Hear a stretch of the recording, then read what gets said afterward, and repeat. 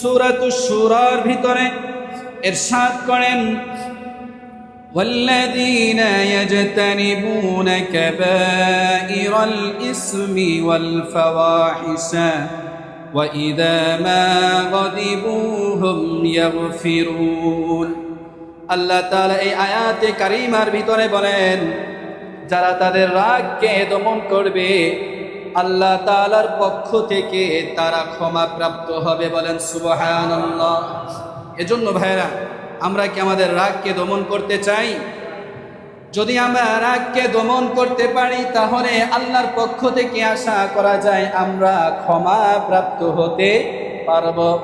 হাদিসের ভিতরে আল্লাহর নবী সাল্লাল্লাহু আলাইহি ওয়াসাল্লাম ইরশাদ করেন, কোন একজন ব্যক্তি যার রাগ প্রয়োগ করার জায়গা আছে, এমন একজন ব্যক্তি যার রাগ উঠেছে, এমন একজন মানুষের উপরে যেখানে সে রাগটা প্রয়োগ করতে পারে, ওয়া হুয়া কাদিরুন আলা আন ইউনফিযাহু, সে যদি চায় ওই মানুষটার উপরে সে তার রাগ প্রয়োগ করতে পারবে।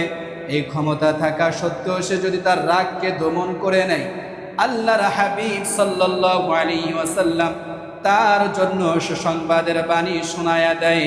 আল্লাহর হাবিব বলেন, ওই ব্যক্তিটাকে দাআবুল্লাহু সুবহানাহু ওয়া তাআলা, আল্লাহ তাআলা কিয়ামতের ময়দানে সমস্ত সৃষ্টির সামনে আহ্বান করবেন, সমস্ত মানুষের সামনে ডাকবেন।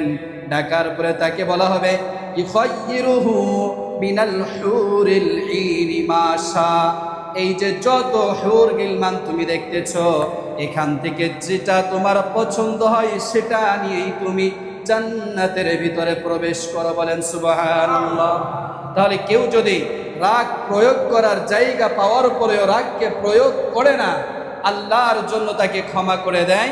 আল্লাহর হাবিব সাল্লাল্লাহু আলাইহি ওয়াসাল্লাম বলেন, হাসরের মাঠে আল্লাহ তাআলা তাকে কেমন পুরস্কার দিবে, হুরদেরকে ডেকে বলবে, এখান থেকে তোমার যেটা পছন্দ হয় সেটা নিয়েই তুমি জান্নাতে যাও। বলেন না সুবহানাল্লাহ। সুতরাং হুর নিয়ে জান্নাতে যাওয়ার আশা আসেনি? অবশ্যই আছে। আল্লাহ কবুল করেন, বলেন আমিন। প্রিয় ভাইয়েরা আমার, দ্বিতীয় নম্বর হাদিসের ভিতরে আল্লাহর নবী বললেন, কেউ যদি তার রাগকে দমন করতে পারে, আল্লাহ তাআলা ময়দানে মাহশারে তার অন্তরটাকে, তার কলবটাকে প্রশান্তি দিয়ে ভরে দিবে। জোরে বলেন না সুবহানাল্লাহ। সুতরাং যে হাসরের মাঠে মানুষের অন্তর থাকবে পেরেশানি, চিন্তা আর চিন্তা, এমন টাইমে আমাদের অন্তরের ভিতরে প্রশান্তি আসুক, চাই কি চাই না? যদি আমরা চাই তাহলে আমাদের কোন গুণে গুণান্বিত হতে হবে? আল্লাহর নবী কোন বর্ণনা করে দিলেন রাগকে দমন করতে হবে। তৃতীয় নম্বর হাদিস, কেউ যদি রাগকে দমন করতে পারে তার ফজিলত কি? এক সাহাবী এসে আল্লাহর নবী সাল্লাল্লাহু আলাইহি ওয়াসাল্লামকে বলতেছেন, ইয়া রাসূলুল্লাহ, আমাকে এমন একটি আমল আপনি বাতলায়া দেন, ইদখিলিনিল জান্নাহ, যেই আমল আমাকে সোজা জান্নাতে পৌঁছায়া দিতে পারে। ক্বালা রাসূলুল্লাহ সাল্লাল্লাহু আলাইহি ওয়াসাল্লাম, লা তাগদাব, তুমি রাগ করিও না। যদি রাগকে দমন করতে পারো তাহলে এই আমলটাই তোমাকে জান্নাতে পৌঁছায়া দিবে। বলেন সুবহানাল্লাহ।